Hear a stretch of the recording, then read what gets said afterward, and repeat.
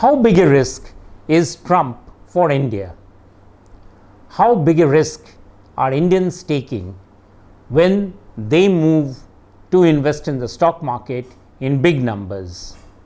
How big a risk is crossing a bridge in India? And how big a risk is the mother of all risks, which is cryptocurrency? This episode of On Point is about risks. As a maverick observer of the Indian economy, I take these deep dive walk into the heart of the economy. But it gives me the big pleasure when you are able to join with me. And the best way to ensure that is that you get the regular updates on Point. And the way to do that is to press the bell icon so that every update reaches you. And now onwards with our story.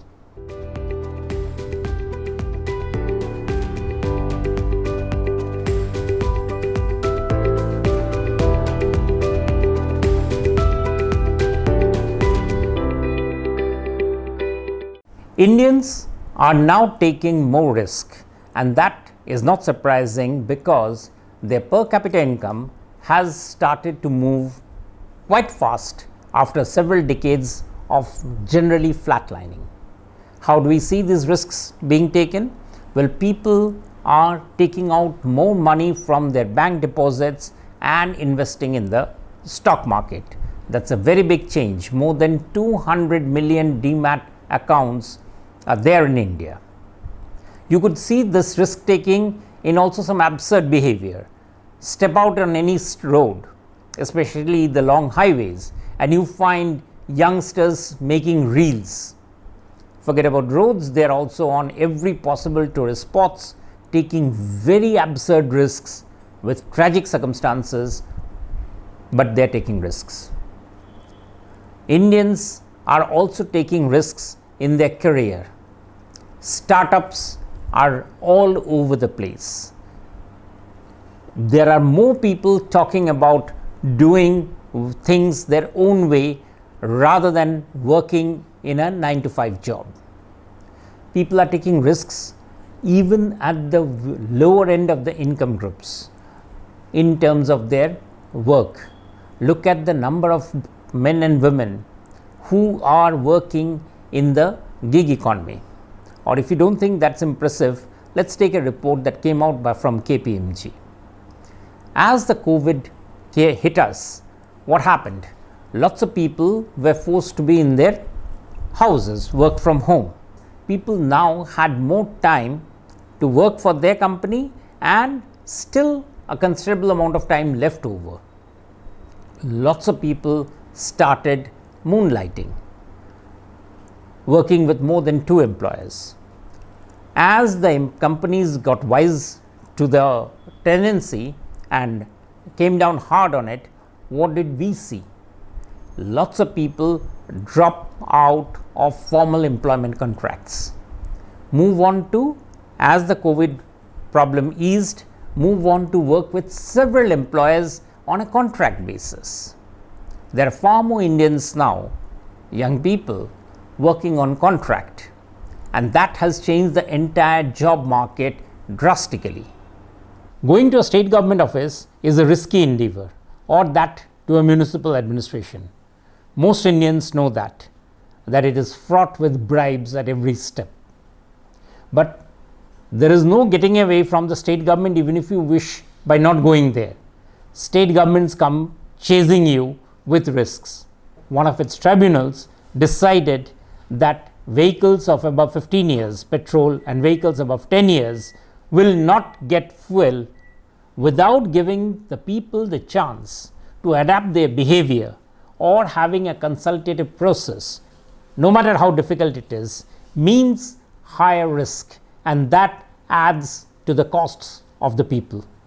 The states are not setting up interesting risk avenues or opportunities for people to take risks in terms of setting up skilling institutions. Let's go a bit further. States are not looking at law and order as something which is of help to the people. It still is a very low priority. Whenever there's a rape case, whenever there's a problem of major gruesome murder, you find reports all over, but you don't find systemic ways to reduce risk. A couple of days ago, Delhi was deluded with monsoon floods. Gurugram fared even worse. What does it show? There were risks on the road, but what did that mean? That means that the state was not alive to its role of reducing risks. We talked about the risks of the individuals, we talked about the risks regarding the states, and we shall now talk about the risks regarding the center, the central government. Why, however, is risk important? The more risks get reduced for an individual, her income rises. This is a fundamental axiom of economics. Remember, we are talking about ensuring that more Indians get more money in their hand. A very good way for states to ensure that more money reaches people is to ensure that there is less risk on their table. And now, what can the center do to ensure that the risks are lowered? Well, the first of those is to take a stand on the big financial risk, which is cryptocurrency. Now, we could say that cryptocurrency is good, or we could say cryptocurrency is bad. What we cannot do is just stay quiet on cryptocurrency, because this is a financial revolution that is sweeping across the world, and if we stay quiet, then what happens is innovation or risks that individuals could take to develop interesting products would shift from out of India to the rest of the world. This is something that we just cannot therefore do. We need to make our positions clear.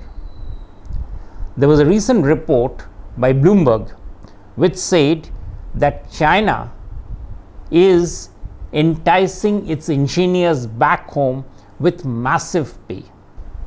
We are not following that route. Instead, the India government still offers a very moderate salary to expats who come back to India to join the public sector undertakings, whether as engineers, whether as financial specialists. Why would they come? Again, the Bloomberg report says of the AI inventions that are happening, the patent reports are being written. All of those reports show 50% are by Chinese origin people. These people are now being weaned back by China. China doesn't look at these people as a brain drain. What China is doing is they say, fine, you go out, get exposure abroad, and then we will buy you back into our country. Is the India government looking at these issues, this big risk, in this way? Sadly, no. We are still locked into small battles about how much salary to pay them. We are losing out on the big picture. This is a very big risk that we are taking. So, as you saw, Indians are willing to take risks in lots of ways. Obviously, some of those risks are no great shakes. Taking a reel in an absurd situation is something that there's no need to encourage. But there are risks that Indians are taking by moving to the stock market and being invested there. That is a very important change that has come about in Indians' financial products. They're investing in gold, but they're investing less in fixed deposits. They, and I'm sure about this, will be taking less risk by investing in the real estate, and that's good for the Indian economy, because we get productive investment from the stock markets, not from the real estate. We'll see more of such behavior, but we need to see more such behavior from both the state governments and the central government, which needs to take risks to understand what works for India. And that's all from this edition of On Point. For a detailed description of what we discussed here, please visit my Substack. The link is in the description below. Thank you.